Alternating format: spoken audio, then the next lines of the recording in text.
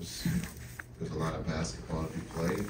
We have good looks, didn't go down. When you're short-handed, you got to make shots.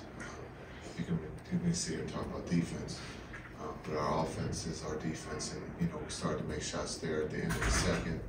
And then I thought the physicality to start off the third I thought was good, and then just making the adjustment with the lineup going small to see how guys was going to react to that. And I thought that a small group did a good job.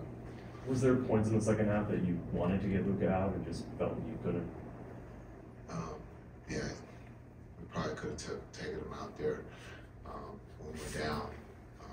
But if the lead extends, also he's the one that's causing the problem for the other four on the floor. So the issue is who can cause a problem when he's off the floor. And right now, that's what we're looking for. We're trying to find that. But it's hard when it's built around Luka. Luka penetrates, find the open guys, and we just didn't shoot the ball well tonight there in the first half. There in the third quarter we did, and then late we just couldn't stop Kawhi. Kawhi took over the game. In your view, in those last 3 minutes, what broke down defensively for Kawhi to take over like that? Well, you're not going to be able to play him straight up. So if we can't hit him, and he was going quick away from the double team, and we talked about that he was going to go quick. But if we can't hold him up, he's too strong. He's going to get to the baseline, and then for him to be able to lay the ball up or be able to find open teammates, and that's what he did. Do you like what the small lineup there? Yeah, I like what the group did. Short-handed, everyone played and put us in a position to fight. A lot of character in the locker room. Understand things weren't going well for us in the first half, but I thought we turned it around in the second half. Understanding no one feels bad for us that we're short-handed, but we got it with those guys' fault, put ourselves in a position to win, and we just came up short. With those smaller lineups, sometimes Derek Jones is at the 5, sometimes Grant Williams is at the 5. What do you see those guys giving you differently in those small looks when they're kind of playing center? Well, we haven't done it a lot, so small sample size. Derek is able to, if he's rolling, his ability to finish, his ability to play make. Grant, the same thing, is being able to play make, and then also just the pop for both those guys that they can shoot it. The other nice thing is, with the small ball, we made them match up to us, and so that's a small victory. But give the group to be able to change the game where they took out their bigs to match to us, and so our next step is being able to play a little bit more with small ball and see if we can be effective. Jaden Hardy closed the game tonight. He's closed a couple of games and then also had games where he's sat out. What does that say about his development so far?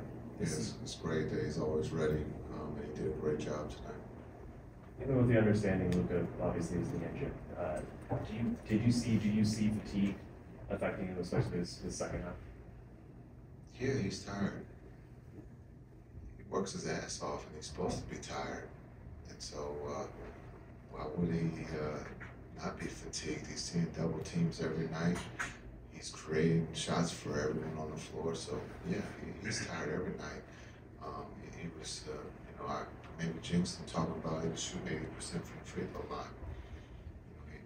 The things that he's improved on, you guys sometimes overlook, like he's shooting the ball better from the free throw line. He's shooting the three better. He's doing everything that an MVP or the best player in the world does on a nightly basis. And so, fatigue could be an issue. He has a newborn at home that he's taking care of, so a lot of good stuff is happening in his life. And so, yeah, he could be tired. Someone else has to step up. When you are a little short-handed and go playing with a smaller lineup, how do you try to avoid giving up looks at the rim? How does the defense kind of try to work around that? Ask the other team not to take the ball to the paint.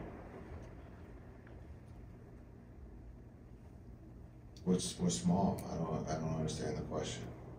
Sorry, I just meant in terms of when you are smaller, how do you try to compensate for that? You gotta try to guard the ball. But this is the NBA, and everyone can get to the paint. You see their smalls, most of them are Hall of Famers, and so it's not easy.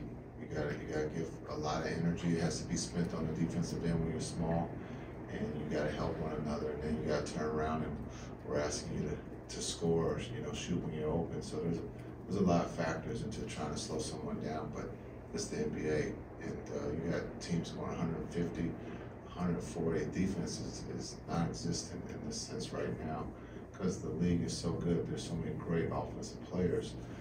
But when you're small, there is no rim protection. They didn't have any rim protection tonight either. I hope you guys asked them that question.